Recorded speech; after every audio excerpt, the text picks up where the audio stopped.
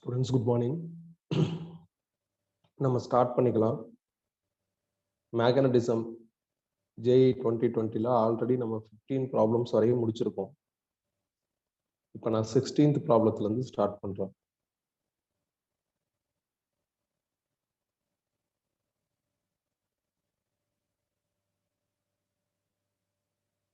கொஞ்சம் டிஃபரெண்டான ப்ராப்ளம் இது. A particle of mass m and charge q has an initial velocity v vector is equal to v naught j cap. If on electric field E vector is equal to E naught I cap and the magnetic field B vector is equal to B naught I cap act on the particle, its speed will double after a time. Particle oda initial velocity V naught J cap nu soltaanga. இந்த பார்ட்டிகளுக்கு electric ஃபீல்டும் act ஆகுது, magnetic ஃபீல்டும் act ஆகுது. இந்த பார்ட்டிகளோட speed இந்த electric magnetic field உள்ள போறப்ப double ஆயிருச்சு. இப்படி double ஆகுறதுக்கு எவ்வளவு டைம் ஆகும் அப்படின்னு கேட்டிருக்காங்க. 4 ஆப்ஷன்லயும் மேக்னெட்டிக் ஃபீல்டுக்கான சிம்பலே இல்லை. அப்ப நம்ம இதை பத்தி பாதர் பண்ண வேண்டிய அவசியமே இல்லை. இது ஃபர்ஸ்ட் க்ளூ. பாதரும் பண்ண முடியாது. ஏன்னா எலக்ட்ரிக் ஃபீல்டு மேக்னெட்டிக் ஃபீல்டு பர்பெண்டிகுலரா இருந்தா தான் நல்லா இருக்கும். எலக்ட்ரிக் ஃபீல்டும் எக்ஸ் டைரக்ஷன்ல தான் போகுது, மேக்னெட்டிக் ஃபீல்டும் எக்ஸ் டைரக்ஷன்ல தான் இருக்கு. ஸோ அதனால ரெண்டு ஃபீல்டோட கான்ட்ரிபியூஷன் நம்மளுக்கு இருக்காது. அதனால ஒன்ன பாதர் பண்ண வேண்டிய அவசியம் இல்லை. அது மேக்னெட்டிக் ஃபீல்டு கன்ஃபார்ம் ஆயிருச்சு. எப்படின்னா ஆப்சன்ஸ்ல மேக்னெட்டிக் ஃபீல்டு எஃபெக்ட் இல்லை. அப்போ ஒன்லி எலக்ட்ரிக் ஃபீல்டு தான். இந்த எலக்ட்ரிக் ஃபீல்டுனால பார்ட்டிகளோட ஸ்பீடு என்ன ஆகுது? டபுள் ஆகுது. அது டபுள் ஆகுறதுக்கு எவ்வளவு டைம் ஆகும்? இதுதான் நம்ம கண்டுபிடிக்க வேண்டியது. ஆனா இந்த ஸ்பீடு ஆர் வெலாசிட்டி இது எல்லாத்துக்குமே என்ன இருக்குன்னா டைரக்ஷன் இருக்கு. டைரக்ஷன் இருந்தா நம்ம ரொம்ப கேர்ஃபுல்லா இருக்கணும். இப்ப ஃபைனல் ஸ்பீடு எனக்கு வேணும். நான் ஃபைனல் ஸ்பீடை இப்படி எழுதுறேன், v naught j cap plus vx I cap அப்படின்ட்டு. இதை எப்படி எழுதுனேங்கிறத நான் கொஞ்சம் லேட்டரா சொல்றேன். இதுக்கு மேக்னிடியூட் எடுக்கிறேன். அப்ப vf squared is equal to என்ன ஆகும்னா v naught ஸ்கொயர்ட் plus vx ஸ்கொயர்ட்னு வந்துடும். இந்த vf ஓட வேல்யூ தான் 2v naught னு क्वेश्चनல சொல்லியிருக்காங்க. அப்ப 2 times of v naught whole squared is equal to v naught ஸ்கொயர்ட் plus vx ஸ்கொயர்ட்னு வந்துடும். ஸோ அப்போ இதை சிம்பிளிஃபை பண்ணா 4v naught ஸ்கொயர்ட், இது இங்கிட்ட வந்துருச்சுன்னா மைனஸ் v naught ஸ்கொயர்ட், டோட்டலா என்ன ஆயிருன்னா 3v naught squared is equal to vx ஸ்கொயர்ட்னு வந்துடும். இதுல இருந்து vx கண்டுபிடிச்சா √3v naught வந்துடும். இப்போ இது என்ன அப்படின்னா final velocity of X direction. அதை நான் கண்டுபிடிச்சிட்டேன். இப்போ இதை பேஸா வச்சுக்கிட்டு நான் என்ன பண்ண போறேன்னா டைம் கால்குலேட் பண்ண போறேன். ஏன்னா வெலாசிட்டி தெரிஞ்சிருச்சுன்னா டைம் எடுத்துடலாம். அதுக்கு ஃபார்முலா இருக்கு, v is equal to u plus at. சஃபிக்ஸ்ல எக்ஸ் போட்டுக்கிறோம். Final velocity of X direction எவ்வளவு கிடைச்சிருக்குன்னா √3v naught, அதை எழுதிட்டேன். Initial velocity of X direction வேணும். இனிஷியலா வெலாசிட்டி வந்து கொஸ்டின்ல இருக்கிற இன்ஃபர்மேஷன் படி ஒய் டைரக்ஷன்ல தான் இருக்கு. இப்போ எக்ஸ் டைரக்ஷன்ல இனிஷியல் வெலாசிட்டியே இல்லை, அதனால 0ன்னு போட்டுக்கிறேன். பிளஸ் ஏ எனக்கு வேணும். ஏவோட value q into E naught by m. அது எப்படின்னு நான் கொஞ்சம் லேட்டரா சொல்றேன். டீயை நான் என்ன பண்ணிக்கிறேன்னா அப்படியே ரீடைன் பண்றேன். இது எப்படி வந்துச்சு அண்ட் ஆல்சோ இந்த ஈக்குவேஷனை எப்படி எழுதணும், இது ரெண்டையும் கண்டுபிடிச்சிட்டா இந்த கொஸ்டின் ஓவர். முதல்ல இது எப்படி வந்துச்சுன்னு கண்டுபிடிப்போம். எலக்ட்ரிக் ஃபீல்டோட டெஃபினிஷன் ஃபார்முலா படி E is equal to F by Q. இதுல இருந்து F கண்டுபிடிச்சா EQன்னு வந்துடும். நியூட்டன் செகண்ட் லா படி ஃபோர்ஸோட ஃபார்முலா MA. ரெண்டுமே ஃபோர்ஸ், ரெண்டையும் ஈக்குவேட் பண்ணா MA is equal to EQன்னு வரும். இதுல இருந்து A கண்டுபிடிச்சா EQ by Mன்னு வந்துடும். அதை தான் நான் இந்த இடத்துல என்ன பண்ணிருக்கேன்னா சப்ஸ்டிடியூட் பண்ணிருக்கேன். ஈக்கு பதில் E naught அப்படின்னு போட்டிருக்கேன். ஏன்னா கிவன் டேட்டால எலக்ட்ரிக் ஃபீல்டோட வேல்யூ E naught தான் போட்டிருக்காங்க. அதனால இந்த மாதிரி மாத்திருக்கேன். அவ்வளவுதான். இதுல இருந்து T கண்டுபிடிச்சா நம்மளுக்கு ஃபைனல் ஆன்சர் கிடைச்சிரும். T is equal to √3v naught m divided by q E naught. இதுதான் நம்மளுக்கான ஃபைனல் ஆன்சர். இப்போ இந்த ஃபைனல் வெலாசிட்டி எப்படி கண்டுபிடிச்சேன், இதுதான் இங்க இம்பார்ட்டன்ட். ஃபைனல் வெலாசிட்டியில எக்ஸ் ஆக்சிஸ் வெலாசிட்டி இருக்கும், ஒய் ஆக்சிஸ் வெலாசிட்டி இருக்கும். எக்ஸ் ஆக்சிஸ் வெலாசிட்டியை vx I cap எழுதியிருக்கேன். ஒய் ஆக்சிஸ் வெலாசிட்டிக்கு அப்படியே இனிஷியல் வெலாசிட்டியை நான் ஃபாலோ பண்ணியிருக்கேன். என்ன காரணம்னா எலக்ட்ரிக் ஃபீல்டு எக்ஸ் டைரக்ஷன்ல தான் இருக்கு. அப்போ எக்ஸ் டைரக்ஷன்ல தான் வெலாசிட்டி சேஞ்சஸ் வந்திருக்கும். ஒய் டைரக்ஷன்ல எந்த வெலாசிட்டி சேஞ்சும் வந்திருக்காது. அதனால ஒய் டைரக்ஷனோட ஃபைனல் வெலாசிட்டி ஒய் டைரக்ஷனோட இனிஷியல் வெலாசிட்டிக்கு ஈக்குவலா இருக்கு. ஸோ அதனால இந்த மாதிரி எழுதியிருக்கு. அவ்வளவுதான், முடிஞ்சிருச்சு. இதான் இந்த கொஸ்டினுக்கான ஆன்சர். கொஞ்சம் டிஃபரெண்டான கேள்வி, கேஷுவலா எடுத்துட்டு போக முடியாது. ஏன்னா வெக்டார் அப்பியரன்ஸ்ல கிவன் டேட்டா கொடுத்துருக்காங்க, வெலாசிட்டி ஆஃப் பார்ட்டிகளும் கொடுத்துருக்காங்க. அது ஒய் டைரக்ஷன் வெலாசிட்டியா இருக்கு. ஆனா உங்க ஃபைனல் வெலாசிட்டி டபுள் ஆகும்னு சொல்றாங்க. ஒய் டைரக்ஷன்ல டபுள் ஆகிறதுக்கு வாய்ப்பே கிடையாது. ஏன்னா எலக்ட்ரிக் ஃபீல்டோட டைரக்ஷன் எக்ஸா இருக்கு. அவங்க ஓவரால் ஃபைனல் வெலாசிட்டி தான் டபுள் ஆகும்னு சொல்லியிருக்காங்களே தவிர எக்ஸ் டைரக்ஷன்ல டபுள் ஆகும், ஒய் டைரக்ஷன்ல டபுள் ஆகும்னு ஸ்பெசிஃபிக்கா சொல்லலை. அப்ப நம்ம ரொம்ப கேர்ஃபுல்லா இதை ஹேண்டில் பண்ண வேண்டியதா இருக்கு. ஸோ அப்போ இந்த பிகினிங் தான் ரொம்ப ரொம்ப இம்பார்ட்டன்ட். அதுல இந்த மாதிரி எழுதுறங்கிற ஐடியா நமக்கு கரெக்டா வரணும். அது ரொம்ப ரொம்ப இம்பார்ட்டன்ட். மற்றதெல்லாம் ஈஸியானது தான். மற்றதெல்லாம் உனக்கு என்ன ஆயிரும் அப்படின்னா சொல்யூஷன் பார்த்தாவே புரிஞ்சிடும். ஆனா இந்த இடம் எப்படிங்கிறது புரியாது. ஸோ அதான் இம்பார்ட்டன்ட். கிளியரா? நெக்ஸ்ட் போலாமா?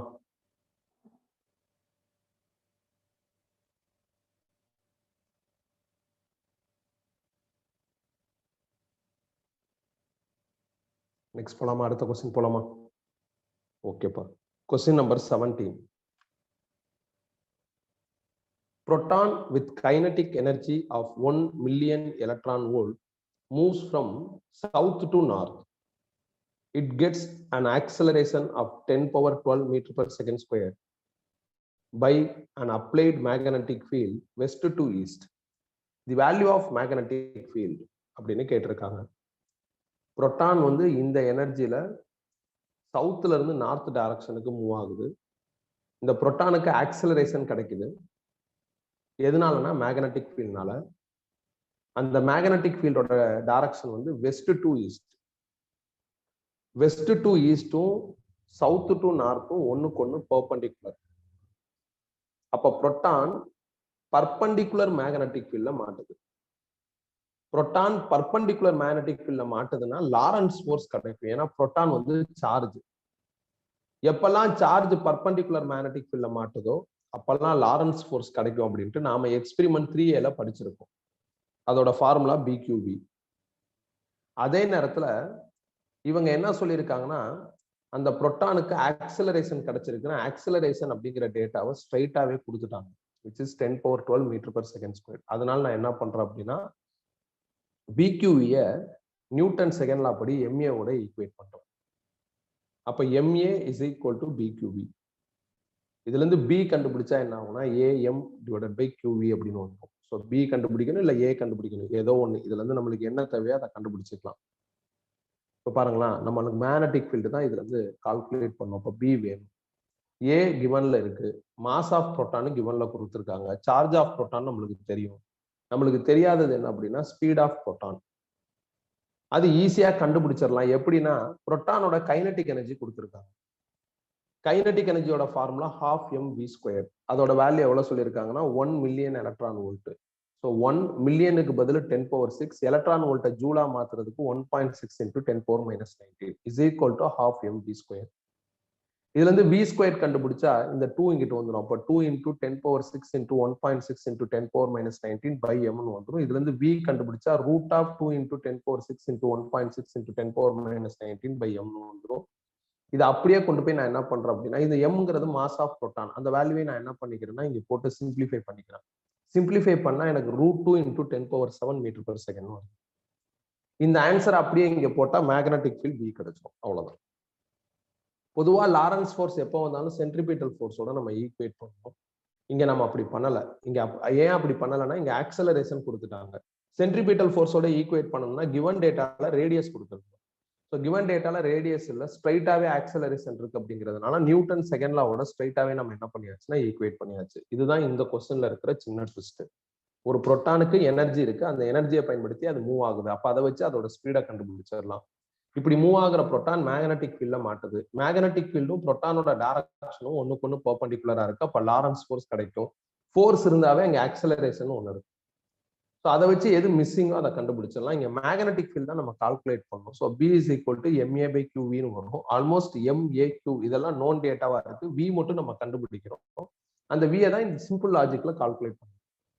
அதே நேரத்துல நீங்க லாரன்ஸ் ஃபோர்ஸ் எப்ப எழுதினாலும் நம்ம மோஸ்ட் ஆஃப் தி ப்ராப்ளத்துல சென்ட்ரிபிட்டல் ஃபோர்ஸோட ஈக்குவேட் பண்ணிருப்போம். அதனால நீங்க அந்த சினாரியோ போயிடக்கூடாது. இங்க ஆக்சலரேஷன் இருக்கிறதுனால மாஸ் இன்டு ஆக்சலரேஷன் அப்படிங்கிற Newton second law of force நம்ம என்ன பண்ணிக்கிறோம்னா யூஸ் பண்ணிக்கிறோம்.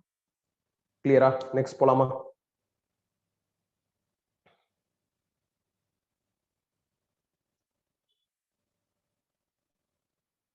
ஓகேப்பா.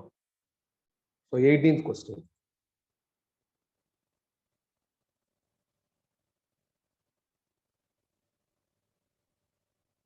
Once again.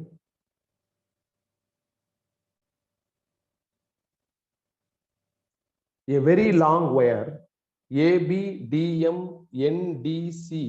is shown in figure carrying current I.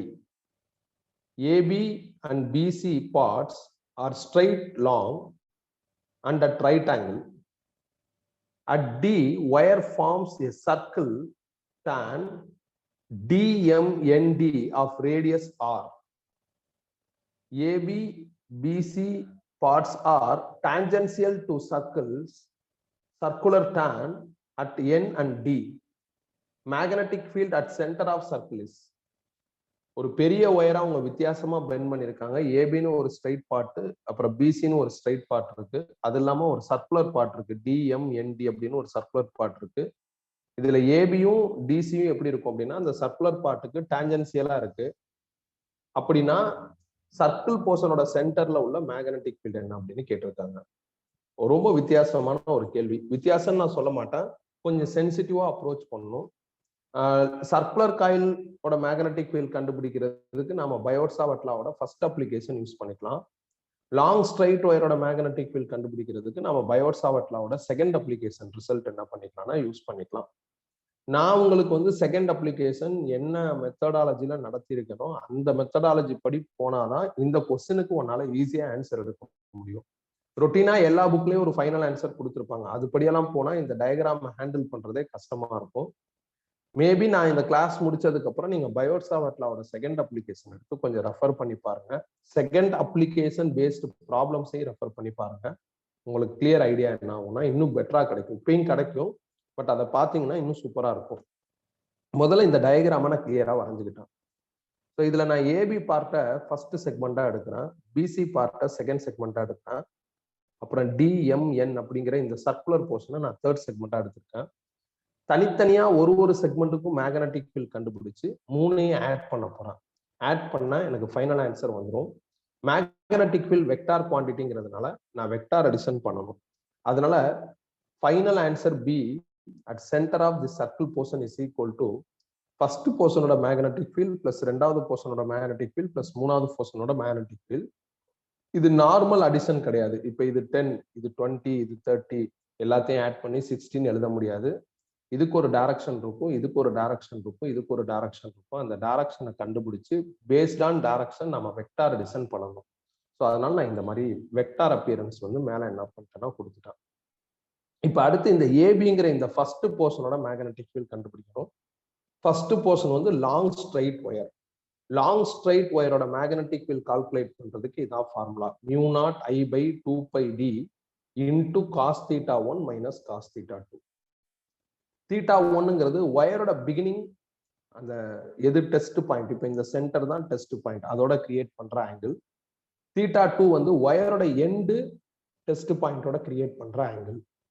ஒயரோட beginning எங்க இருக்குன்னே தெரியல, ஏன்னா அவங்க டேஷ் டேஷ் டேஷ்னு சொல்லிட்டாங்கன்னா ஒயரோட பிகினிங் இன்ஃபினிட்டில இருக்குன்னு அர்த்தம். பிகினிங் இன்ஃபினிட்டில இருந்தா தீட்டா 1க்கு பதில் 0ன்னு போட்டுக்கலாம். ஸோ அதான் அடுத்து பண்ணியிருக்கேன், தீட்டா 1க்கு பதில் 0. அடுத்து தீட்டா 2 எனக்கு வேணும், கண்டுபிடிச்சிருக்கேன் பாருங்க. ஒயரோட எண்டு டெஸ்ட் பாயிண்டோட கிரியேட் பண்ற இந்த ஆங்கிள் தான் தீட்டா 2. கொஞ்சம் யோசிச்சா அது 45ன்னு உங்களுக்கே புரியும். ஏன்னா இது வந்து இந்த ஏபி பார்ட் வந்து டான்ஜென்ட் டு சர்க்கிளா இருக்கு. டான்ஜென்ட் டு சர்க்கிளா இருக்கிறப்ப உங்களுக்கு வந்து அது 90 டிகிரியை கிரியேட் பண்ணும். அப்போ மிடிலோட வரப்போ 45 டிகிரி கிரியேட் பண்ணும் அப்படிங்கிறதுலாம் உங்களுக்கே கிளியரா தெரியும். அதனால தீட்டா 2 45. ஒயரோட பிகினிங் எங்க இருக்குன்னே தெரியாது, அதனால தீட்டா 1 0. ஒயரோட எண்டு எங்க இருக்குன்னே தெரியலன்னா தீட்டா 2 180 அப்படி போடணும். ஆனா ஒயரோட எண்டு எங்க இருக்குன்னு தெரியுது, அதனால அதை வச்சு நான் என்ன பண்றேன்னா தீட்டா 2 கால்குலேட் பண்ணிட்டேன். அதே நேரத்தில் எனக்கு டைரக்ஷன் வேணும், இது ரொம்ப ரொம்ப இம்பார்ட்டன்ட். டைரக்ஷன் எப்படி கண்டுபிடிக்கிறது? லாங் ஸ்ட்ரைட் ஒயருக்கு right hand thumb rule use பண்ணி நீங்க மேக்னெட்டிக் ஃபீல்டோட டைரக்ஷன் கண்டுபிடிக்கலாம். லாங் ஸ்ட்ரைட் ஒயரை பொறுத்தவரையும் தம்பு தான் கரண்ட், மிச்ச 4 விரல் மேக்னெட்டிக் ஃபீல்டு. ஏபி செக்மெண்ட்ல கரண்ட் இப்படி பாஸ் ஆச்சு. அப்போ மேக்னெட்டிக் ஃபீல்ட்லாம் இப்படி இருக்கு. மேக்னெட்டிக் ஃபீல்டு வந்து இந்த இந்த இந்த இப்படி போற மாதிரி இருக்கு. இதை நான் வந்து இசட் ஆக்சிஸா பார்க்குறேன். உள்ள போறதுனால நெகட்டிவ் இசட் ஆக்சிஸா இதை எடுத்துக்கிறேன். இது வந்து இசட் ஆக்சிஸ், இது எக்ஸ் ஆக்சிஸ், இது ஒய் ஆக்சிஸ். இசட் ஆக்சிஸ்ல இந்த சைடு பாசிட்டிவ், இந்த சைடு நெகட்டிவ். அதனால மைனஸ் கே கேப் அப்படின்னு டைரக்ஷன் என்ன பண்ணிருக்கேன்னா இண்டிகேட் பண்ணிருக்கேன். ஸோ டைரக்ஷனும் ரொம்ப ரொம்ப இம்பார்ட்டன்ட். ஏன்னா டேம் வந்து வெக்டார் குவான்டிட்டிங்கிறதுனால டைரக்ஷனை சேர்த்து தான் டிஸ்கிரைப் பண்ணணும். இதுல காஸ் தீட்டா ஒன்னோட வேல்யூ வந்து 0 டிகிரி. காஸ் தீட்டா 1 வந்து 0ங்கிறதுனால காஸ் 0 1ன்னு வந்துடும். காஸ் தீட்டா 2 45ங்கிறதுனால காஸ் 45 1/√ன்னு வந்துடும். டைரக்ஷனை ரீடைன் பண்றேன். நான் பிகினிங்ல ஃபார்முலா எழுதுறப்ப தப்பா எழுதிருப்பேன். μ0I/2πdன்னு போட்டிருப்பேன். இல்ல 2πd கிடையாது, 4πd. அது இன்ஃபினைட் லென்த் இருக்கிற ஒயர் இருந்தா 2πdன்னு ஃபைனலைஸ் பண்ணிக்கலாம். அப்போ இந்த டேர்ம் வராது. இது இன்ஃபினைட் லென்த் கிடையாது. ஒரு எண்டு இன்ஃபினைட்டா இருக்கு, இன்னொரு எண்டு வந்து ஸ்பெசிஃபைடா இருக்கு. அதனால நான் இந்த ஃபார்முலாவை எடுத்துட்டு தான் என்ன பண்ணேன், ஹேண்டில் பண்ணிருக்கேன். 2πd கிடையாது, 4πd சிம்பிளிஃபை பண்ணிட்டேன். ஃபர்ஸ்ட் போர்ஷனுக்கு எடுத்துட்டேன். இந்த மாதிரி ஒரு நேரான ஒயர் வந்து 2 போர்ஷனா பெண்ட் ஆகுறது, அதாவது ஏபியும் பிசியும் ரைட் ஆங்கிளா இருக்கிறது, இந்த மாதிரி 2 போர்ஷனா பெண்ட் ஆகுறது, அதுக்கு மேக்னெட்டிக் ஃபீல்ட் கண்டுபிடிக்கிறது. இதே மாதிரி ஒரு ப்ராப்ளம் வந்து நம்மளோட நோட்ஸ்லயும் இருக்கும். ஒரு ஒயர் இல்லாம 2 ஒயரா இருக்கும். அதுல இந்த லாஜிக்லாம் நான் உங்களுக்கு சொல்லியிருப்பேன். இந்த மாதிரி லென்த் ஸ்பெசிஃபைடா இருந்தது அப்படின்னா θ1 θ2 ஈஸியா கண்டுபிடிக்கலாம். லென்த் நாட் ஸ்பெசிஃபைடுனா beginning of wire length not ஸ்பெசிஃபைடுனா θ1 0 போட்டுறணும். எண்டு நாட் ஸ்பெசிஃபைடுனா θ2 வந்து 180 போட்டுறணும். இது வந்து செகண்ட் அப்ளிகேஷன்லயும் நடத்தியிருப்பேன். அதுக்கு அடுத்தடுத்து அந்த ப்ராப்ளத்திலையும் சொல்லியிருப்பேன். ஸோ அந்த லாஜிக் நான் என்ன பண்ணியிருக்கேன்னா ஃபாலோ பண்ணியிருக்கேன். நெக்ஸ்ட் ரெண்டாவது போர்ஷன் பிசி. இதுக்கு கண்டுபிடிக்கணும். இதுக்கும் அதே ஃபார்முலா தான். μ0I/4πd cos θ1 minus cos θ2. இதுக்கு டைரக்ஷன் கண்டுபிடிச்சிருவோம். டைரக்ஷன் பிளஸ் கே கேப்னு வந்திருக்கு. எப்படி பிளஸ் கே கேப்? அதே லாஜிக்ல யோசிங்க. பிசி இப்படி இருக்கு, அதுல கரண்ட் இப்படி பாஸ் ஆகுது. அப்ப கரண்ட்டுக்கு ஃபேவரா நான் தம்ப வச்சிட்டேன். மிச்ச 4 விரல் எப்படி இருக்குன்னா இப்படி வருது. அப்ப ஏற்கனவே மேக்னெட்டிக் ஃபீல்டோட டைரக்ஷன் போன செக்மெண்ட்டுக்கு இப்படி இருந்துச்சு. அதை நம்ம மைனஸ் கே கேப்னு எடுத்துக்கிட்டோம். இப்போ இந்த செக்மெண்ட்டுக்கு அதுக்கு அப்படியே ஆப்போசிட்ல இருக்கு. அப்போ அதை நம்ம பிளஸ் கே கேப் அப்படின்னு என்ன பண்ணிக்கலாம்னா எடுத்துக்கலாம். லாங் ஸ்ட்ரைட் ஒயரை பொறுத்தவரையும் தம்ப் வந்து கரண்ட், மிச்ச 4 விரல் என்ன அப்படின்னா மேக்னெட்டிக் ஃபீல்டு. இப்போ இந்த ஒயரை பொறுத்தவரையும், இந்த ஒயர் ரெண்டாவது செக்மெண்ட் பிசிங்கிற ஒயரை பொறுத்தவரையும் பிகினிங் ஐடென்டிஃபை ஆகுது, எண்டு தான் ஐடென்டிஃபை ஆக மாட்டேங்குது. அப்ப எண்ட் ஐடென்டிஃபை ஆகல அப்படின்னா எண்டு இன்ஃபினிட்ல இருக்குன்னு அர்த்தம். அப்ப θ2க்கு பதில் நம்ம என்ன பண்ணிடலாம்னா 180 போட்டுடலாம். பிகினிங் வந்து கிரியேட் பண்ற ஆங்கிள் நம்மளுக்கு கிளியரா தெரியுது. ஒயரோட பிகினிங் டெஸ்ட் பாயிண்டோட கிரியேட் பண்ற ஆங்கிள் இந்த ஆங்கிள், விச் இஸ் 45 நம்ம போட்டுடலாம். Cos 45 value 1/√2. காஸ் 180 -1 ஆல்ரெடி இங்க ஒரு மைனஸ் இருக்கிறதுனால பிளஸ் ஆயிரும். கே கேப்பை அப்படியே ரிட்டைன் பண்றேன். இப்ப ரெண்டாவது ஒயருக்கான ரிசல்ட்டையும் நான் என்ன பண்ணிட்டேன்னா எடுத்துட்டேன். மூணாவது சர்க்குலர் காயில். சர்க்குலர் காயிலோட சென்டர்ல மேக்னெட்டிக் ஃபீல்ட் வேணும். அதுக்கு நம்ம B3ன்னு பேர் வச்சிருக்கோம். ரொம்ப சிம்பிள். சர்க்குலர் காயிலோட சென்டருக்கான magnetic field μ0I/2 times of radius. இது நம்ம ஆல்ரெடி பயோட்-சாவர்ட் லாவோட அப்ளிகேஷன் ஒன்னோட எண்ட் ரிசல்ட்டா டெவலப் பண்ணி வச்சிருக்கோம். μ0I/2r. அதை அப்படியே எழுதிடலாம். டைரக்ஷன் வேணும். சர்க்குலர் காயிலை பொறுத்தவரை என்ன அப்படின்னா இந்த 4 விரல் தான் கரண்ட், தம்பு தான் மேக்னெட்டிக் ஃபீல்டு. சர்க்குலர் காயில் இப்படி இருந்துச்சு. அப்ப கரண்ட்டுக்கு ஃபேவரா இந்த 4 விரலை வைக்கிறப்ப தம்ப் என்னைய பாயிண்ட் அவுட் பண்ற மாதிரி இருக்கு. ஸோ என்னைய பாயிண்ட் அவுட் பண்ற இந்த டைரக்ஷன் வந்து பிளஸ் கே கேப். அதனால எனக்கு என்ன ஆகுது அப்படின்னா பிளஸ் கே கேப் அப்படின்னு டைரக்ஷன் என்ன ஆகுதுன்னா பக்கத்துல வருது. இதை மூணையும் ஆட் பண்ணிட்டா நம்மளுக்கு என்ன கிடைச்சிரும்னா ஃபைனல் ஆன்சர் கிடைச்சிடும். ஸோ அவ்வளவுதான். அதுக்கப்புறம் சிம்பிளிஃபை பண்ணிக்கலாம். எதெல்லாம் காமனா எடுக்க முடியுமோ காமனா எடுத்து சிம்பிளிஃபை பண்ணிக்கலாம். இதுல 2 முக்கியமான விஷயங்கள் நம்ம வந்து கேர்ஃபுல்லா ஹேண்டில் பண்ணணும். ஒன்னு வந்து என்ன அப்படின்னா டைரக்ஷன். டைரக்ஷன் வந்து ரைட் ஹேண்ட் தம்ப் ரூல் தான். லாங் ஒயருக்கும் அதே தான், சர்க்குலர் காயிலுக்கும் அதே தான். லாங் ஒயரை பொறுத்தவரையும் தம்ப் வந்து கரண்ட், மிச்ச 4 விரல் வந்து மேக்னெட்டிக் ஃபீல்டு. சர்க்குலர் காயிலை பொறுத்தவரையும் 4 விரல் கரண்ட், தம்ப் வந்து மேக்னெட்டிக் ஃபீல்டு. இது நான் உனக்கு பல இடங்கள்ல சொன்னது. லாங் ஒயர்ல லென்த் நாட் ஸ்பெசிஃபைடுனா θ1 0, θ2 180ன்னு போட்டுடலாம். லென்த் ஏதாவது ஒரு சைடு நாட் ஸ்பெசிஃபைடு, இன்னொரு சைடுல லென்த்தை நம்மளால ஐடென்டிஃபை பண்ணுது, ஒயரோட பிகினிங் ஆர் எண்ட் ஏதாவது ஒரு எண்ட் ஐடென்டிஃபை பண்ண முடியுதுன்னா அந்த எண்ட் எவ்வளவு ஆங்கிள சென்டர் பாயிண்டோட கிரியேட் பண்ணுது, டெஸ்ட் பாயிண்டோட கிரியேட் பண்ணுதுங்கிறத நம்ம கொஞ்சம் கரெக்டா கண்டுபிடிக்கணும். அதுதான் நான் பண்ணியிருக்கேன். ஸோ இப்போ எல்லாத்தையும் ஆட் பண்ணோம், ஆட் பண்ணியாச்சு. எதெல்லாம் காமனா எடுக்க முடியுமோ எடுத்துக்கலாம், எடுத்து சிம்பிளிஃபை பண்ணிக்கலாம், அவ்வளவுதான் மேட்டர். நான் mu not I by 2πr காமனா எடுத்துக்கிட்டு அதுக்கு தகுந்த மாதிரி என்ன பண்ணிருக்கேன்னா சிம்பிளிஃபை பண்ணிருக்கேன். சிம்பிளிஃபை பண்ணி எது ஃபைனல் ஆன்சரோட செட் ஆகுதோ அது செட் பண்ணிக்கலாம். கிளியரா? இந்த இடம் வரையும் தான் இம்பார்ட்டன்ட். மித்தபடி சிம்பிளிஃபிகேஷன் நீ பார்த்துக்கலாம்.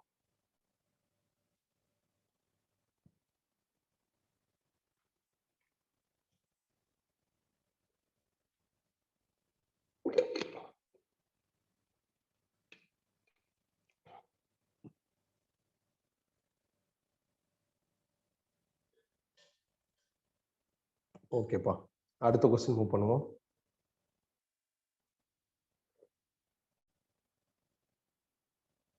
Question number 19. A galvanometer having a coil resistance 100 ohm gives full scale deflection when a current of 1 milliampere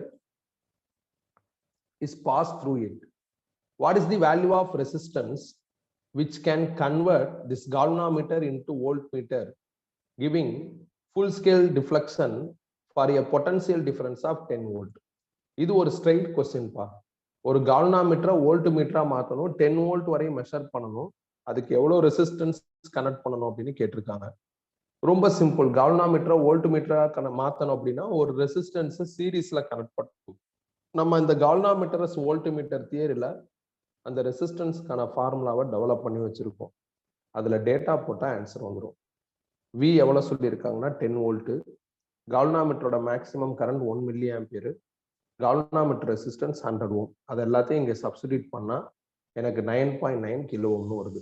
இது ஒரு 1 லைன் கொஸ்டின். கால்வனாமீட்டரை வோல்ட் மீட்டரா மாத்துறது, கால்வனாமீட்டரை அம்மீட்டரா மாத்துறது, கால்வனாமீட்டரோட கன்ஸ்ட்ரக்ஷன் பேஸ்டு ப்ராப்ளம், இதெல்லாம் ரொம்ப ரொம்ப ஈஸியா இருக்கும். இதெல்லாம் எப்பயுமே என்னைக்குமே ஹைலி டஃப், யோசிக்க முடியல அப்படிங்கிற மாதிரியான பிரச்சனை எல்லாம் என்ன ஆகுறதுன்னா வர்றதே கிடையாது. ஸ்ட்ரெயிட்டா ஃபீட் பண்ணி ஆன்சர் எடுத்துடலாம். கிளியரா? நெக்ஸ்ட் போலாமா?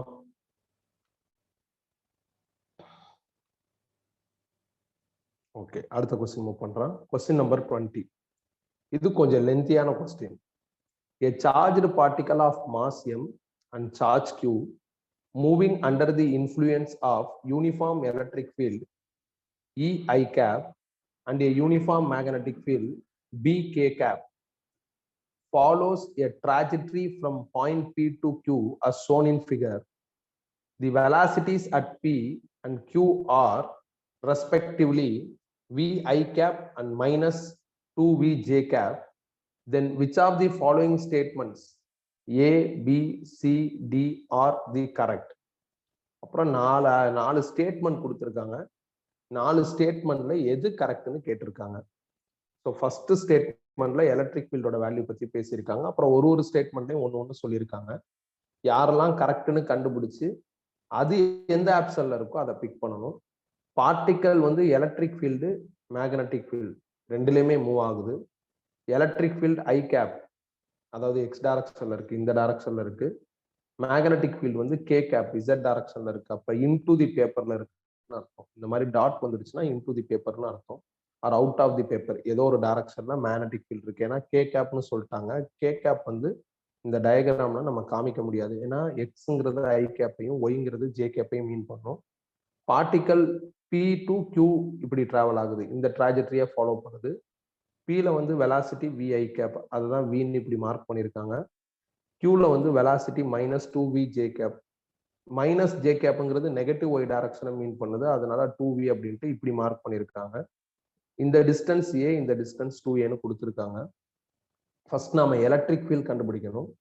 அதோட வேல்யூ 3/4 mv²/QA செக் பண்ணணும். அப்படி கரெக்டா இருந்ததுன்னா ஃபர்ஸ்ட் ஸ்டேட்மெண்ட் கரெக்ட். ஸோ அதுக்கு நான் என்ன பண்றேன் அப்படின்னா kinetic energy from p to q கண்டுபிடிக்க போறேன். அதுவும் பர்டிகுலரா change in kinetic energy from p to q கண்டுபிடிக்க போறேன். கைனட்டிக் எனர்ஜி ஸ்கேலார், இதோட டைரக்ஷன்லாம் இம்பார்ட்டன்ட் கிடையாது. கைனட்டிக் எனர்ஜியோட ஃபார்முலா 12 mv². நீங்க இங்க பாருங்களேன், இந்த இடத்துல உள்ள ஸ்பீட் 2v இருக்கு, இந்த இடத்துல உள்ள ஸ்பீட் v இருக்கு. அப்ப 12 m2v² மைனஸ் 12 mv² எழுதலாம். இது Q பாயிண்ட்ல உள்ள கைனட்டிக் எனர்ஜி, இது P பாயிண்ட்ல உள்ள கைனட்டிக் எனர்ஜி. இது ரெண்டையும் கழிச்சு எழுதுனா 12 3mv². நம்மளுக்கு என்ன ஆகுது? சேஞ்ச் இன் கைனடிக் எனர்ஜி கிடைச்சிருச்சு. அடுத்து நான் ஒர்க்கு கண்டுபிடிக்க போறேன். ஒர்க்கோட basic formula force into displacement. So work magnetic ஃபீல்ட்னால எவ்வளோ வந்திருக்கு, ஒர்க்கு எலக்ட்ரிக் ஃபீல்ட்னால எவ்வளோ வந்திருக்கு அப்படின்னு கண்டுபிடிக்க போறேன். எலக்ட்ரிக் ஃபீல்ட்னால வர ஃபோர்ஸை ஈக்யூன்னு எழுதலாம். எலக்ட்ரிக் ஃபீல்ட்னால வர டிஸ்பிளேஸ்மெண்ட்டை 2ஏன்னு எழுதலாம். எப்படின்னா இங்க பாருங்களேன், டயக்ராம்ல பாருங்களேன்.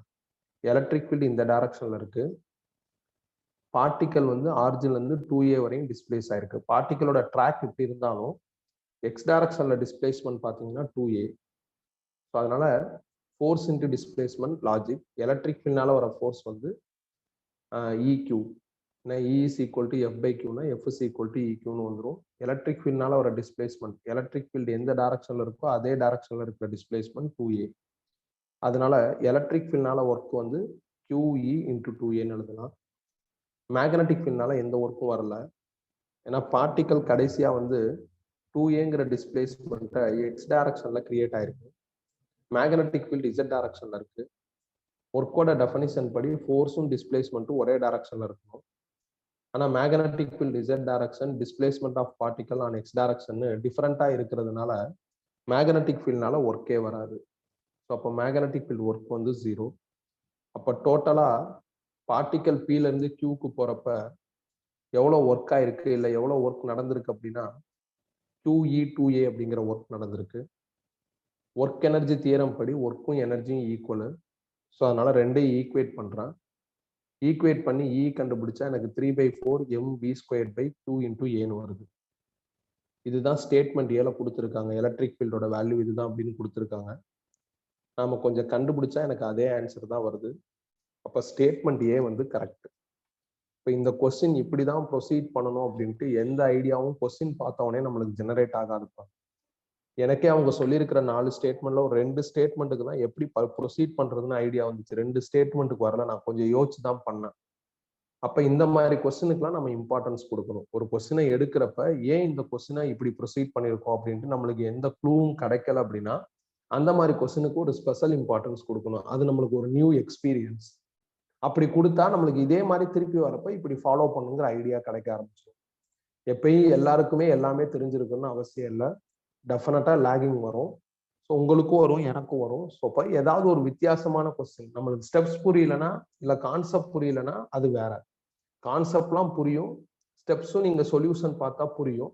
ஆனா ஏன் இப்படி பண்ணிருக்கோங்கிற அந்த ஐடியா கிடைக்காது. ஸோ அந்த மாதிரி நேரத்துல நீ அதுக்கு ஒரு ஸ்பெஷல் இம்பார்ட்டன்ஸ் கொடுத்துக்கிறணும். அதுதான் டஃப்பா தோணும் நம்மளுக்கு. டஃப் கிடையாது அது. நம்ம அது மாதிரியான ஒரு கொஸ்டின் ஒர்க் பண்ணாம இருந்திருப்போம். அதனால ஒரு மாதிரி அன்ஈஸி ஃபீல் என்ன பண்ணா கொடுக்கும். இப்போ ஸ்டேட்மெண்ட் ஏ கரெக்ட்னு தெரிஞ்சிருச்சு. அப்போ ஸ்டேட்மெண்ட் ஏல நம்மளுக்கு எலக்ட்ரிக் ஃபீல்டோட ஃபார்முலா கிடைச்சிருக்கு. டெஃபினட்டா இதை ஃபர்தர் ஸ்டேட்மெண்ட்ல தேவைப்பட்டா நம்ம என்ன பண்ணிக்கலாம்னா யூஸ் பண்ணிக்கலாம். இப்ப ஸ்டேட்மெண்ட் பி என்ன சொல்லியிருக்காங்கன்னு பார்ப்போம்.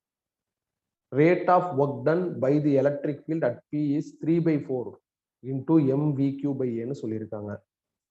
ரேட் ஆஃப் ஒர்க் டன்னா ஒர்க் டன் பை டைம்னு அர்த்தம். ஒர்க் டன் பை டைமுக்கு இன்னொரு பேர் வந்து பவர். பவரோட ஃபார்முலா என்ன அப்படின்னா ஃபோர்ஸ் இன்டு வெலாசிட்டி. அப்ப rate of work done by electric field at P கேட்டிருக்காங்க, which is power at P. பவரோட ஃபார்முலா ஃபோர்ஸ் இன்டு வெலாசிட்டி. ஃபோர்ஸுக்கு பதில் ஈக்யூன்னு எழுதிடலாம். ஸோ அதனால ஈக்யூன்னு எழுதிட்டேன். ஏன்னா எலக்ட்ரிக் ஃபீல்ட்னால வர்ற ரேட் ஆஃப் ஒர்க் டன் கேட்டிருக்காங்க. அதனால எலக்ட்ரிக் ஃபீல்ட்னால வர ஃபோர்ஸ் எழுதிட்டேன். வெலாசிட்டிக்கு பதில் வி போட்டேன். ஏன்னா பாயிண்ட் Pல உள்ள வெலாசிட்டி வின்னு தான் இருக்கு.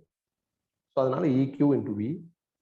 ஈயோட வேல்யூ இப்போ போன ஸ்டேட்மெண்ட்ல கண்டுபிடிச்சோம், 3/4mv²/QA. அப்புறம் இந்த QV அப்படியே வச்சுக்கிறேன். அப்போ QQ கேன்சல் ஆயிடுச்சு அப்படின்னா 3/4mv³/aன்னு வருது. இதே தான் அவங்களும் ஸ்டேட்மெண்ட் பில சொல்லியிருக்காங்க. அப்போ ஸ்டேட்மெண்ட் பி என்ன அப்படின்னா கரெக்ட் தான். ஸோ ரெண்டாவது ஸ்டேட்மெண்ட் நம்மளுக்கு கரெக்ட்னு வந்துருச்சு. இதை வச்சு 4 ஆப்ஷன்ல எது கரெக்ட்னு ஏதாவது பிக் பண்ண முடியுமான்னு செக் பண்ணுவோம். 4 ஆப்ஷன்ல பாத்தீங்கன்னா ஏபி கரெக்ட்னு 2 இடத்துல இருக்குப்பா. பிலையும் இருக்கு, சிலையும் இருக்கு. கண்டிப்பா அப்ப option A, option D wrong. So அப்ப இந்த 2 ஆப்ஷன்ல ஏதாவது ஒண்ணுதான் கரெக்டா இருக்கும். அப்ப நம்ம சியையும் செக் பண்ணி பார்க்கணும். சி கரெக்டா இருந்தா நம்ம டியையும் செக் பண்ணி பார்க்கணும். இதே சி ராங்கா இருந்தா நம்ம ஏதாவது யோசிக்கலாம். ஆனா சி ராங்கா இருக்கிறதுக்கு வாய்ப்பே இல்லை. சி கரெக்டா தான் இருந்தாகணும். டி ராங்கா ரைட்டானு மட்டும் நம்ம செக் பண்ணா கூட போதும். பட் அதெல்லாம் எக்ஸாம் ஹால்ல. இப்ப நம்ம படிக்கிறப்ப எல்லாத்தையும் செக் பண்ணுவோம், எப்படி கண்டுபிடிக்கிறதுன்னு எல்லாத்தையும் யோசிப்போம். அடுத்து 3வது டிவிஷன் என்ன சொல்லியிருக்காங்க, rate of work done by both field at Q is 0 அப்படின்னு சொல்லியிருக்காங்க. இப்பதான் பார்த்தோம், ரேட் ஆஃப் ஒர்க் டன்னா work done by time, work done by டைம்னா பவர். அப்ப எனக்கு என்ன வேணும் அப்படின்னா, பவரோட ஃபார்முலா வேணும். பவரோட ஃபார்முலா என்ன அப்படின்னா ஃபோர்ஸ் இன்டு வெலாசிட்டி. இப்போ பாத்தீங்கன்னா பாயிண்ட் P ல பாத்தீங்கன்னா எலக்ட்ரிக் ஃபீல்டோட டைரக்ஷனும் வெலாசிட்டி டைரக்ஷனும் ஒரே மாதிரி இருக்கு, பிரச்சனை இல்லை. பாயிண்ட் Q ல பாத்தீங்கன்னா எலக்ட்ரிக் ஃபீல்டோட டைரக்ஷன் இப்படி இருக்கு, வெலாசிட்டி டைரக்ஷன் இப்படி இருக்கு. அப்ப எலக்ட்ரிக் ஃபீல்ட்னால உங்களுக்கு என்ன ஆகாதுன்னா ஒர்க் டன் வராது. ஏன்னா ஒர்க் டன்னாவே ஃபோர்ஸும் டிஸ்பிளேஸ்மெண்ட்டும் ஒரே டைரக்ஷன்ல இருக்கும். இதுல பாத்தீங்கன்னா எலக்ட்ரிக் ஃபீல்டும் வெலாசிட்டியும் வேற வேற டைரக்ஷன்ல இருக்கு, அப்ப ஆன்சர் வராது. அதே மாதிரி மேக்னெட்டிக் ஃபீல்ட் இசட் டைரக்ஷன்ல இருக்கு, வெலாசிட்டி ஒய் டைரக்ஷன்ல இருக்கு. அப்ப மேக்னெட்டிக் ஃபீல்ட்னாலேயும் நம்மளுக்கு என்ன ஆகாதுன்னா ஆன்சர் வராது. ஸோ அப்ப சி டிவிஷன் என்ன அப்படின்னா rate of work done for both field at Q அது வந்து 0. எப்படி 0னா நீங்க யோசிக்கணும். ரேட் ஆஃப் ஒர்க் டன்னா பவர், பவரோட formula force into velocity into cos theta. ப்ரொஃபஷனலா எழுதுறதுன்னா காஸ் தீட்டா வரும். இந்த காஸ் தீட்டால தீட்டாங்கிறது ஃபோர்ஸுக்கும் வெலாசிட்டிக்கும் அக்ராஸா உள்ள ஆங்கிள். அப்போ ஃபோர்ஸும் வெலாசிட்டி ஒரே டைரக்ஷன்ல இருந்தாதான் தீட்டா 0ன்னு வரும். தீட்டா 0 வந்தாதான் காஸ் 0 1ன்னு உனக்கு ஆன்சரே வரும். நம்ம செக் பண்ணி பார்த்தா மேக்னெட்டிக் ஃபீல்டு அதனால வர ஃபோர்ஸ், எலக்ட்ரிக் ஃபீல்டு அதனால வர ஃபோர்ஸ், இது ரெண்டுமே வெலாசிட்டிக்கு பெர்பெண்டிகுலரா இருக்கிறதுனால நம்மளுக்கு தேர்ட் ஆப்ஷன்ல வர ஆன்சர் வந்து 0. அவங்களும் அதே தான் சொல்லியிருக்காங்க. இப்ப சி இஸ் கரெக்ட்னு எடுத்துக்கலாம். அடுத்து ஃபோர்த் என்ன இருக்கு, ஃபோர்த் வந்து the difference between magnitude of angular momentum of the particle at P and Q is 2 MAV அப்படின்னு இருக்காங்க. ஆங்குலர் மொமெண்டம் கால்குலேட் பண்ணும். ஆங்குலர் மொமெண்டம்ங்கிறது என்ன அப்படின்னா லீனியர் மொமெண்டம் இன்டு ரேடியஸ். அதனால angular momentum at P, angular momentum at Q ரெண்டுமே calculate பண்ண போறேன். Angular momentum at Q first பண்ண போறேன். மாஸ் இன்டு Qல உள்ள வெலாசிட்டி 2v, Qல வந்து அந்த டிஸ்பிளேஸ்மெண்ட் 2a இருக்கும் கிராஃப் பார்த்தா. அப்போ 4mVன்னு வருது. ஆங்குலர் மொமெண்டம் அட் P, Pல மாஸ் m தான், வெலாசிட்டி v, Pல வந்து அந்த டிஸ்டன்ஸ் வந்து ஏவா இருக்கும், அதனால ஏன்னு போட்டிருக்கேன். இதுல இருந்து இதை கழிச்சா 3mVன்னு வருது. ஆனா உங்க ஆப்ஷன்ல 2mVன்னு சொல்லியிருக்காங்க. அப்ப ஆப்ஷன் டி தான் ராங்னு தெரியுது. இதை வச்சு எந்த ஆப்ஷன் கரெக்ட்னு பிக் பண்ணிக்கலாம், அவ்வளவுதான். ஸோ இந்த இடத்துல நீங்க கொஞ்சம் கவனமா இருக்கணும். எந்த இடம்னா சீல கவனமா இருக்கணும். சீல என்ன லாஜிக் அப்படின்னா பவரோட ப்ரொஃபஷனல் ஃபார்முலா என்ன, force into velocity into cos theta. அப்ப தீட்டானா என்ன, ஃபோர்ஸுக்கும் வெலாசிட்டிக்கும் அக்ராஸா உள்ள ஆங்கிள், அவ்வளவுதான். இப்ப நீங்க கண்டுபிடிக்கணும் எலக்ட்ரிக் ஃபீல்ட்னால வர ஃபோர்ஸ் எலக்ட்ரிக் ஃபீல்டோட டைரக்ஷனுக்கு ஃபேவரா இருக்கும், மேக்னெட்டிக் ஃபீல்ட்னால வர ஃபோர்ஸ் மேக்னெட்டிக் ஃபீல்டோட டைரக்ஷனுக்கு ஃபேவரா இருக்கும். இப்ப நான் நேரா Q பாயிண்ட்டுக்கு போறேன். Q பாயிண்ட் டயக்ராம்ல பாருங்களா, Q பாயிண்ட்ல வெலாசிட்டி ஒய் டைரக்ஷன்ல இருக்கு, ஆனா magnetic field Z direction. Q பாயிண்ட்ல வெலாசிட்டி ஒய் டைரக்ஷன்ல இருக்கு, ஆனா எலக்ட்ரிக் ஃபீல்ட் எக்ஸ் டைரக்ஷன். அப்ப எலக்ட்ரிக் ஃபீல்டும் வெலாசிட்டியும் பர்பெண்டிகுலர், அப்ப தீட்டா 90. மேக்னெட்டிக் ஃபீல்டும் வெலாசிட்டியும் பர்பெண்டிகுலர், அப்ப தீட்டா 90. அதனால ரெண்டு ஃபீல்ட்னாலேயும் நம்மளுக்கு என்ன ஆகாதுன்னா பவர் ஜெனரேட் ஆகாது. அதனால Q பாயிண்ட்ல பவர் வந்து 0. பவரை தான் ரேட் ஆஃப் ஒர்க் டன் அப்படின்னு சொல்றோம். ஸோ அவ்வளவுதான்ப்பா, முடிச்சாச்சு. கிளியரா?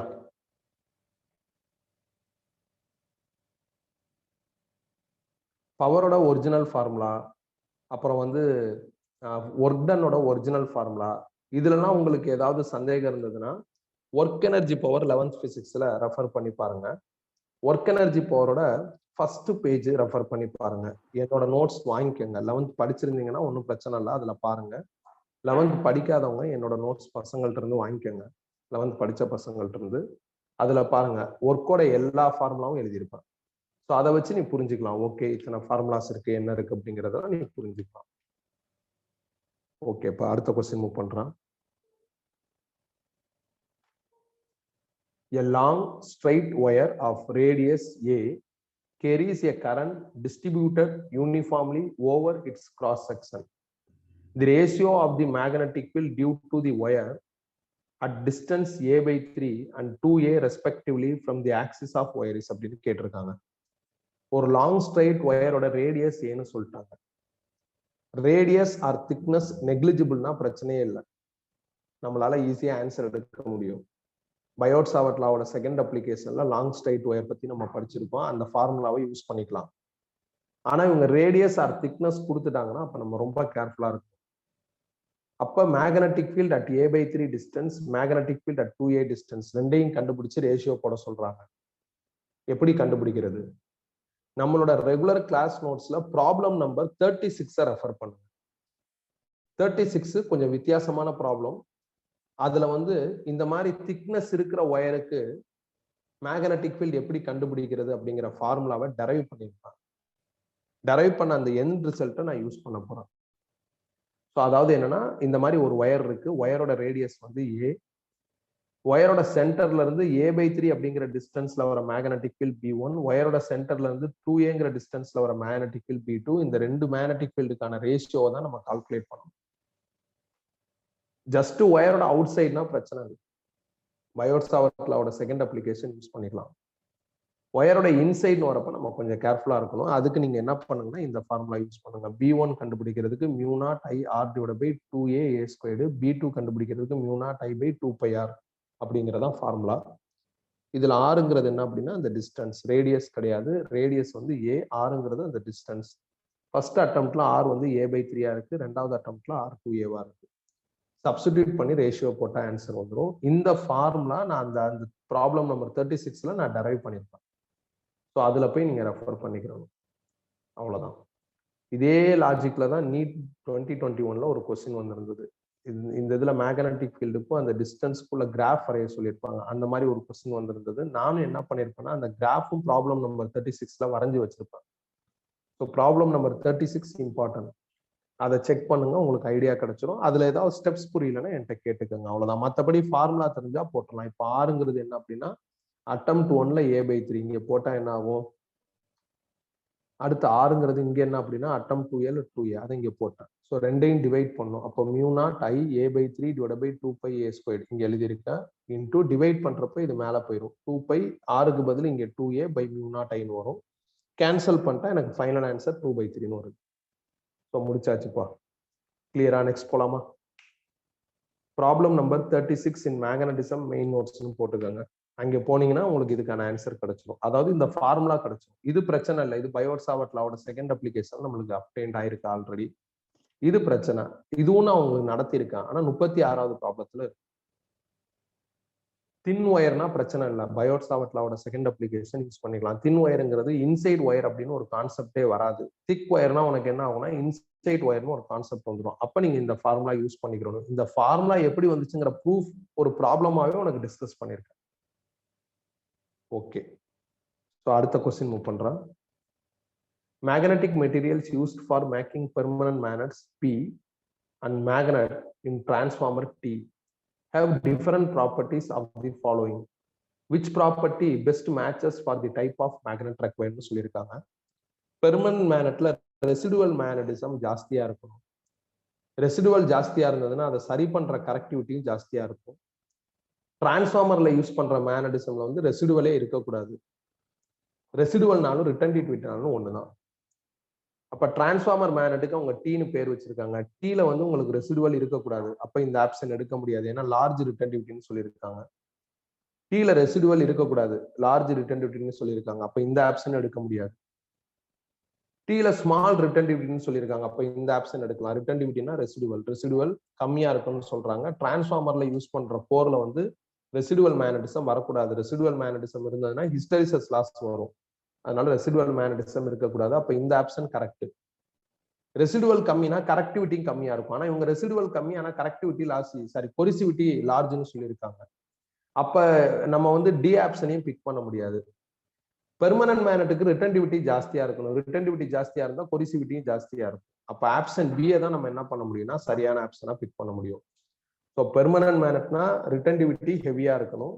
ரிட்டன்டிவிட்டி ஜாஸ்தியா இருந்ததுன்னா அதை சரி பண்ற கொரிசிவிட்டியும் நம்மளுக்கு ஜாஸ்தியா இருக்கும். டிரான்ஸ்ஃபார்மரு, அப்புறம் ஜென்ரேட்டர், இதெல்லாம் யூஸ் பண்ற மேக்னெட்டு இல்ல இதெல்லாம் யூஸ் பண்ற கோர் மேக்னெட்டா மாறுறதுல அந்த ரிட்டன்டிவிட்டி இருக்கக்கூடாது, ரெசிடுவல் இருக்கக்கூடாது, ஹிஸ்டெரிசிஸ் லாஸ் வரக்கூடாது. அப்போ வந்து அதுல ஸ்மால் ரிட்டன்டிவிட்டி இருக்கணும். ரிட்டன்டிவிட்டி ஸ்மாலா இருந்ததுன்னா கொரிசிவிட்டி எப்படி இருக்குன்னா ஸ்மாலா இருக்கும். ஸோ அப்படின்னா நம்மளுக்கு இப்ப 4 ஆப்ஷன் இவங்க கொடுத்துருக்கிறத வச்சு பாக்குறப்ப ஆப்ஷன் பி வந்து கரெக்ட்னு கிளியரா தெரியுது. ஸோ அதனால ஆப்ஷன் பி தான் இதுக்கான ஆன்சர். இதெல்லாம் நம்ம யோசிச்சு எழுதிக்கிறோம். இந்த மாதிரி கொஸ்டின்ஸ்லாம் நம்மளுக்கு லக்கு தான். இந்த மாதிரி கொஸ்டின்ஸ்லாம் லக்கு தான்.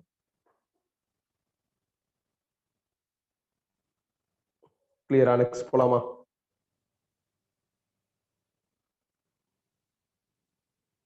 ஓகேப்பா, அடுத்த கொஸ்டின் மூவ் பண்றேன். Question number 23. A perfectly diamagnetic sphere has small spherical cavity at its center, which is filled with paramagnetic substance. The whole system is placed in uniform magnetic field B vector. Then the magnetic field inside the paramagnetic substance is அப்படின்னு கேட்டிருக்காங்க. ஒரு பெரிய diamagnetic substance இருக்கு, அதுல ஒரு சின்ன ஓட்டை இருக்கு நடுவுல. அந்த ஓட்டையில என்ன பண்ணிருக்காங்கன்னா பாராமேக்னெட்டிக் சப்ஸ்டன்ஸ் வச்சிருக்காங்க. இப்ப இதை கொண்டு போய் மேக்னெட்டிக் ஃபீல்ட்ல வச்சுட்டாங்க. அப்ப பாராமேக்னெட்டிக் சப்ஸ்டன்ஸ்ல மேக்னெட்டிக் ஃபீல்ட் எப்படி இருக்குன்னு கேட்கறாங்க. பொதுவா டயாமேக்னெட்டிக் வந்து எக்ஸ்டர்னல் மேக்னெட்டிக் ஃபீல்டை எக்ஸ்க்ளூட் பண்ணும். பாராமேக்னெட்டிக் ஃபெர்ரோமேக்னெட்டிக்கும் என்ன பண்ணிக்கும் அப்படின்னா அக்செப்ட் பண்ணிக்கும். இது ப்ராப்பர்ட்டிஸ் ஆஃப் மேக்னெட்டிக் மெட்டீரியல்ஸ். இந்த பாயிண்ட் நம்ம படிச்சிருக்கோம்.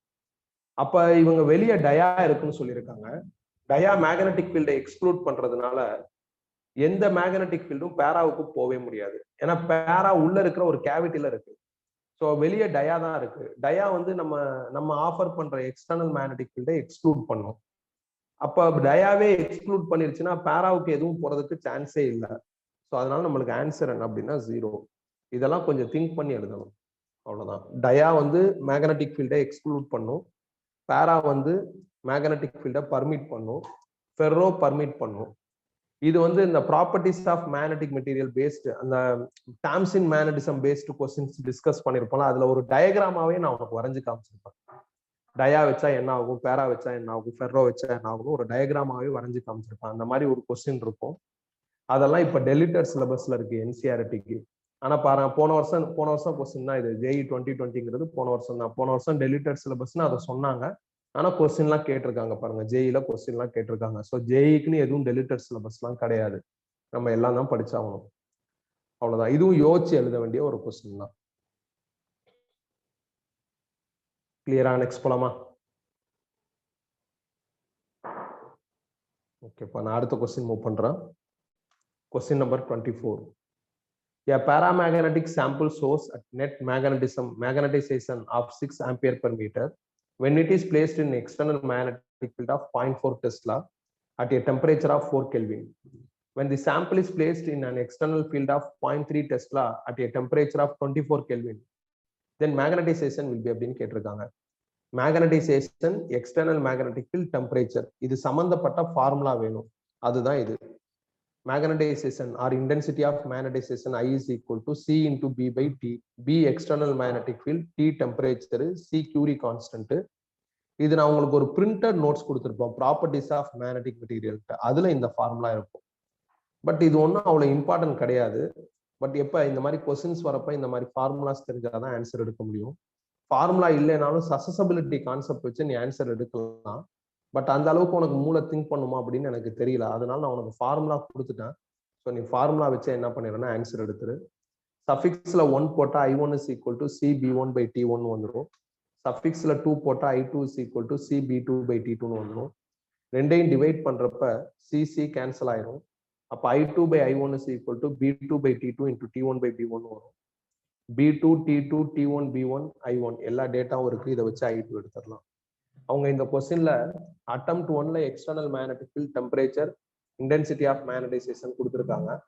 அட்டெம்ப்ட் 2ல எக்ஸ்டர்னல் மேக்னெட்டிக் ஃபீல்டும் டெம்பரேச்சரும் கொடுத்துருக்காங்க. இன்டென்சிட்டி ஆஃப் மேக்னடைசேஷன் கேட்டிருக்காங்க. பாராமேக்னெட்டிக் சப்ஸ்டன்ஸ்ல டெம்பரேச்சர் அதிகமாக குவாலிட்டி ஆஃப் பாராமேக்னெட்டிக் சப்ஸ்டன்ஸ் குறையும். ஏன்னா மேக்னெட்டிக் எஃபெக்டும் டெம்பரேச்சரும் பேராலையும் ஃபெர்ரோலையும் இன்வெர்ஸ்லி ப்ரொபோஷனல். அதனால கண்டிப்பா குறையும். அதை பேஸா வச்சுட்டு நம்ம என்ன பண்ணா ஆன்சர் எடுக்கும். அவ்வளவுதான், முடிச்சாச்சு. இதுக்கு இந்த ஃபார்முலா தெரிஞ்சிருந்தா நல்லா இருக்கும். ஃபார்முலா தெரியலனாலும் சசசபிலிட்டி கான்செப்ட் வச்சு நம்ம இதை டீல் பண்ணலாம்.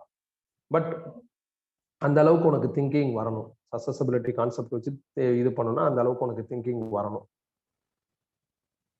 நான் என்னால அதையும் வச்சு பண்ண முடியும். நான் சொல்லி குழப்ப விரும்பல. நீ இந்த ஃபார்முலாவை ஞாபகம் வச்சுக்கோ, அவ்வளவுதான். கிளியரா? நெக்ஸ்ட் போலாமா?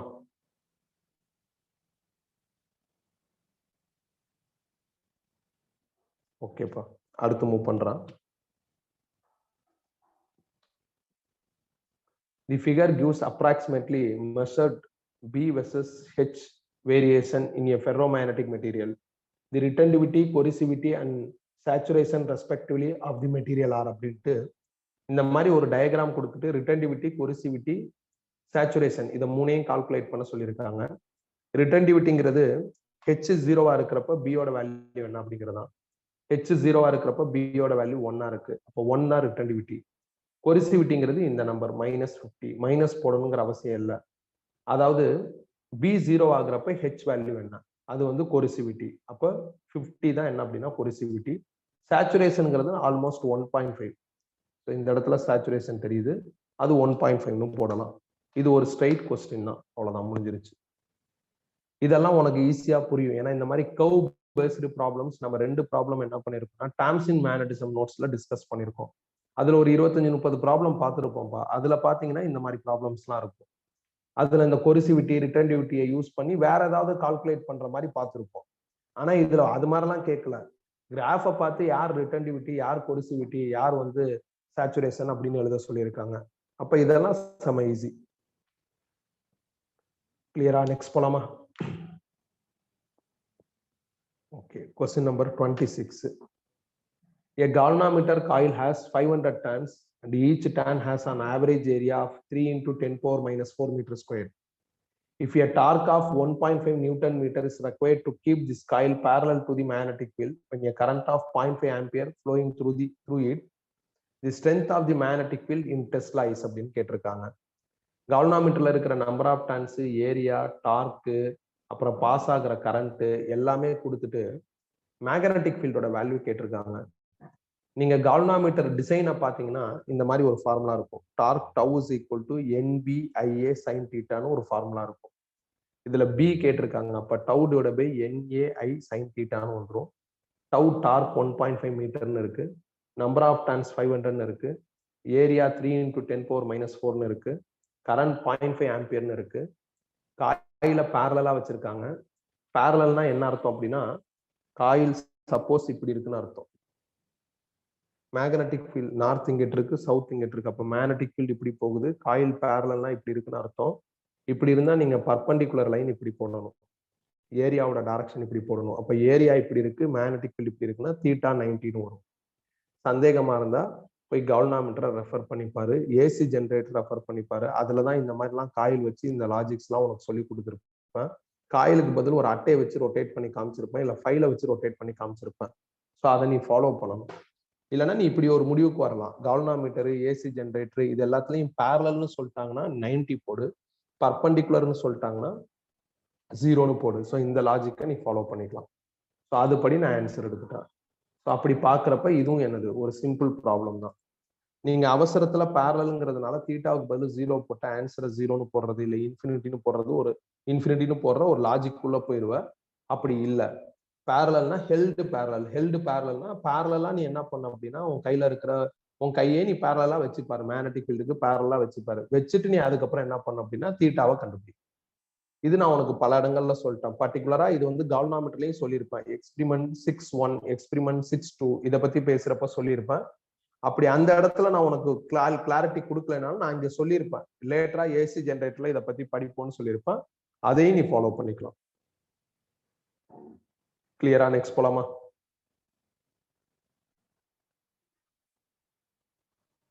ஓகேப்பா. Question number 27.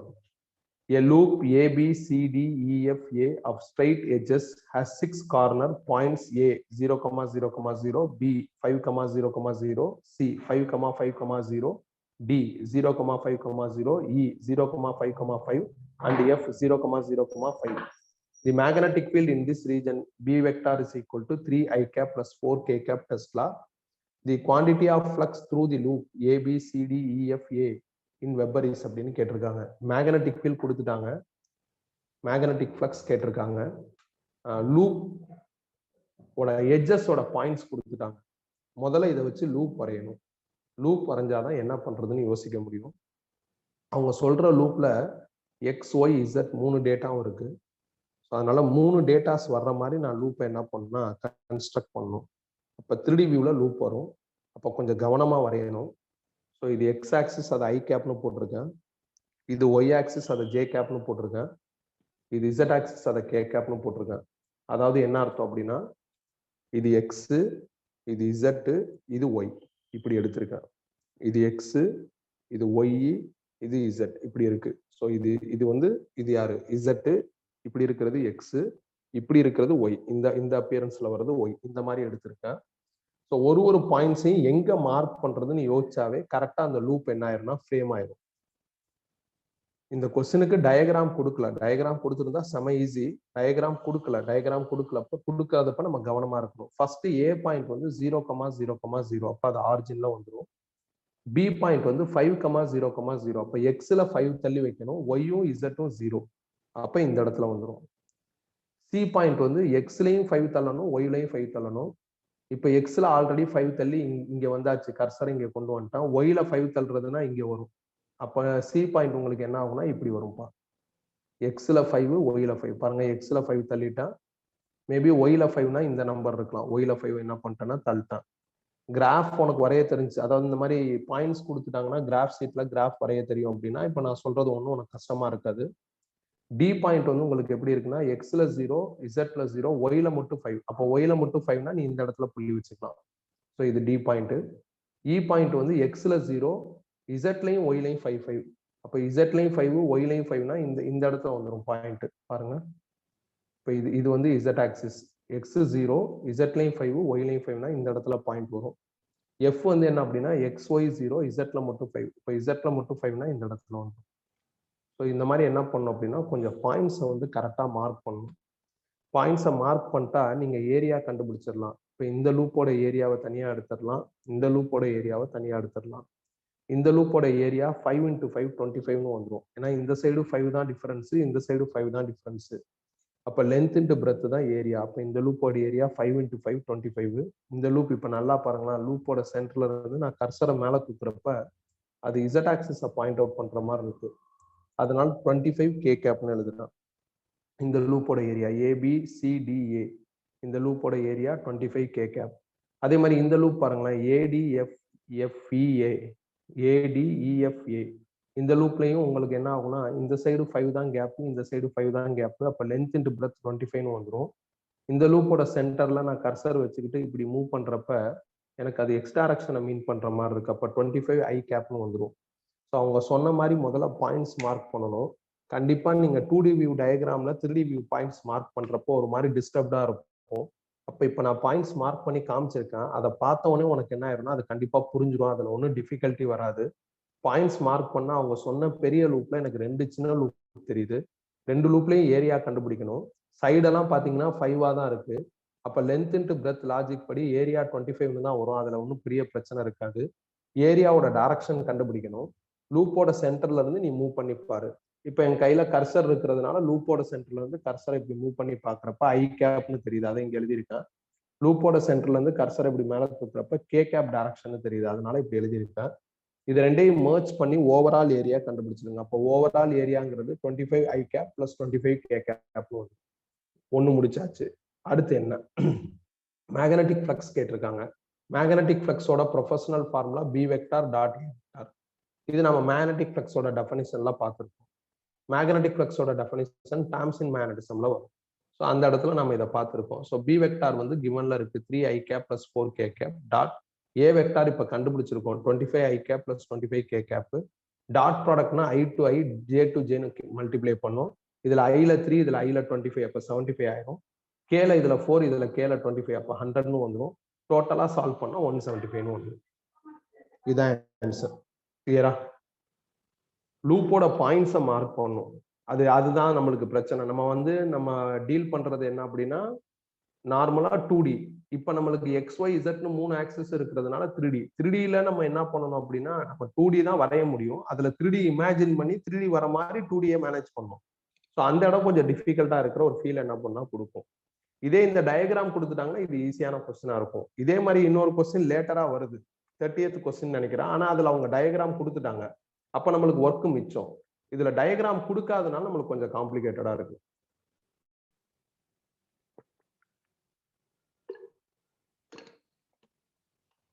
நெக்ஸ்ட் போலாமா?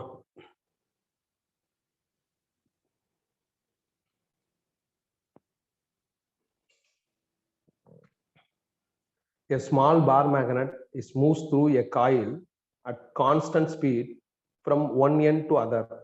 Which of the following series of observation will be seen on the galvanometer G attached across the coil? Three positions shown described. A, the magnet's entry. B, magnet is completely inside. And C, magnet's exit. மேக்னட்டோட entry வந்து a பாயிண்ட்ல, magnet ஃபுல்லா இருக்கிறது B பாயிண்ட்ல, magnet வந்து வெளியே வருது C பாயிண்ட்ல.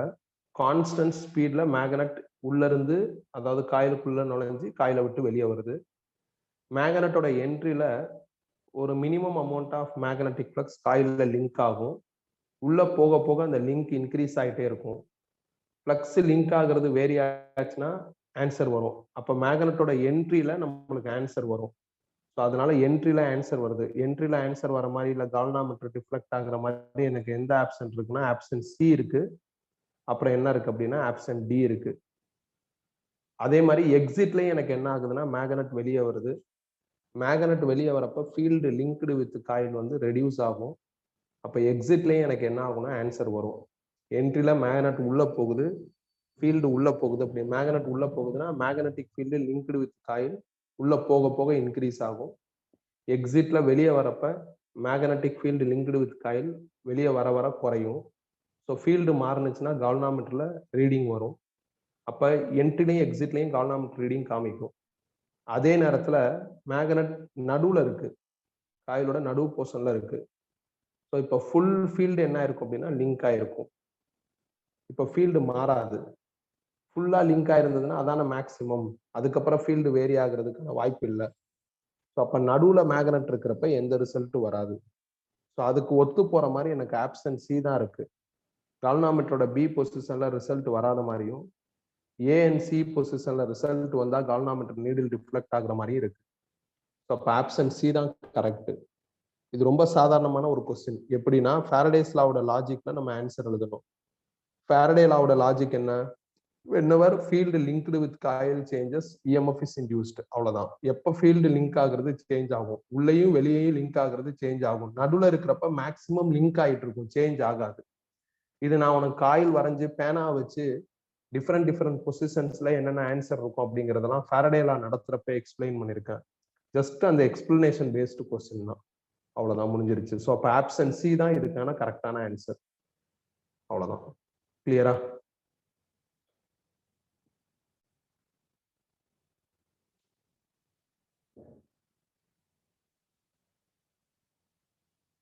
ஓகேப்பா. அடுத்து 29.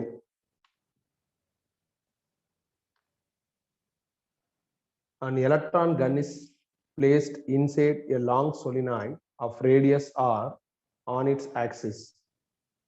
The solenoid has n turns per length and carries a current I. The electron gun shoots an electron along the radius of solenoid with speed v. If the electron does not hit the surface of solenoid, maximum possible value of v அப்படின்னு கேட்டிருக்காங்க. ஒரு solenoid இருக்கு. சொலினாய்டுங்கிறது helical coil.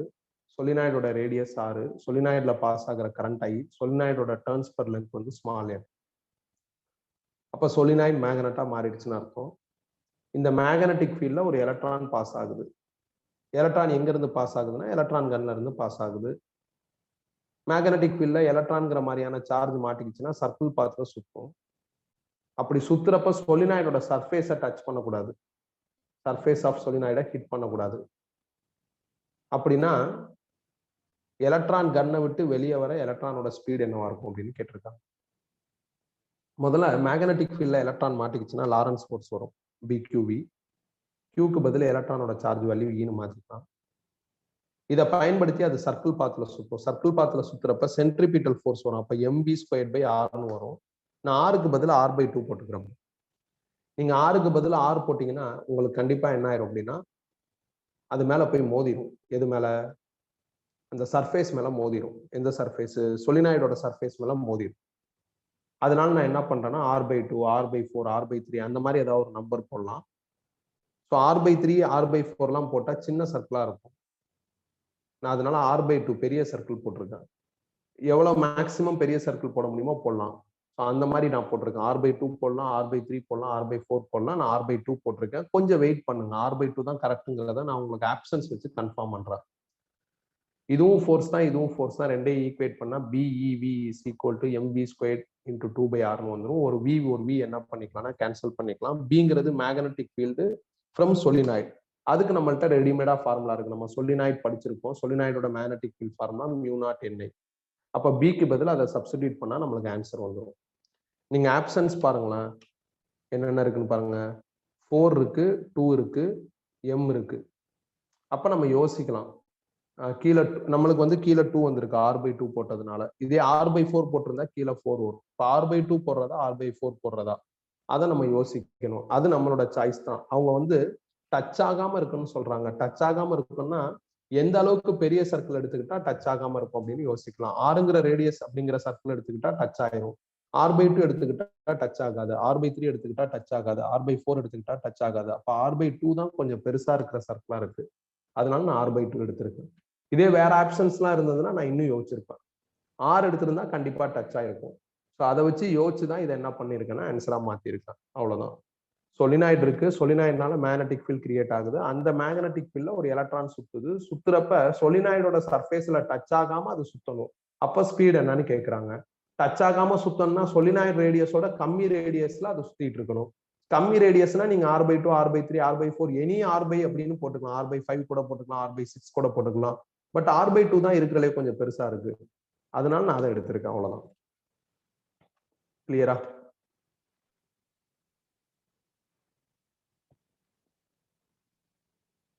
Next போலாமா? Okay. Question number 30. A carrying current I is bent in the shape of ABCDEFA as shown, where rectangle ABCEA and ADEFA are perpendicular to each other.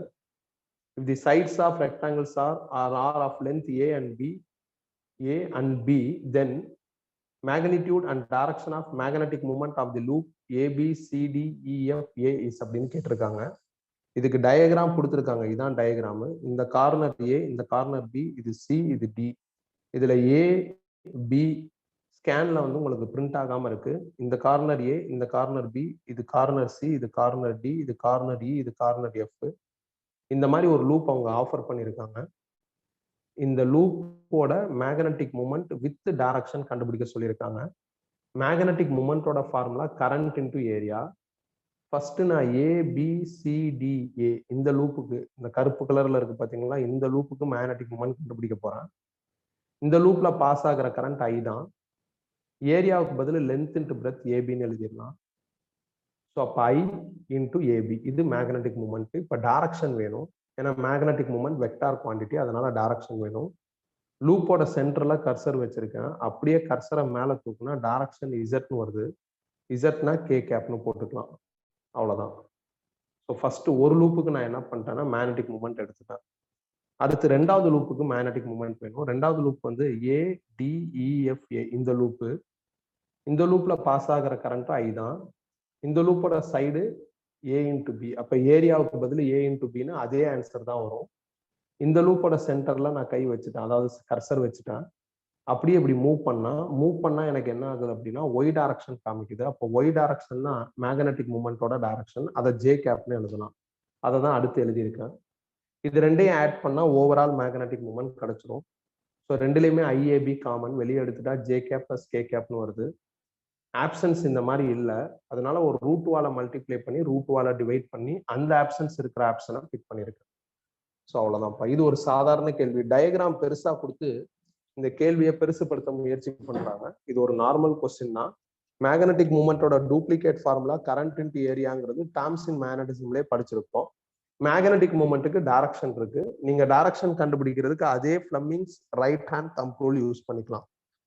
Thumb ரூல்னு நம்ம எல்லா இடத்துலையும் handle பண்றோம்ல, அதே ரூலை நீங்க என்ன பண்ணிக்கலாம்னா யூஸ் பண்ணிக்கலாம். மேக்னெட்டிக் மூமெண்ட்டுக்கும் மேக்னெட்டிக் ஃபீல்டுக்கும் ஒரே டைரக்ஷன் தான் வரும். அதனால நீங்க அதையே யூஸ் பண்ணிக்கலாம். ஸோ இதோட மேக்னெட்டிசம் JEE 2020 முடிஞ்சிருச்சுப்பா. Magnetism JEE 2020 over. கிளியரா?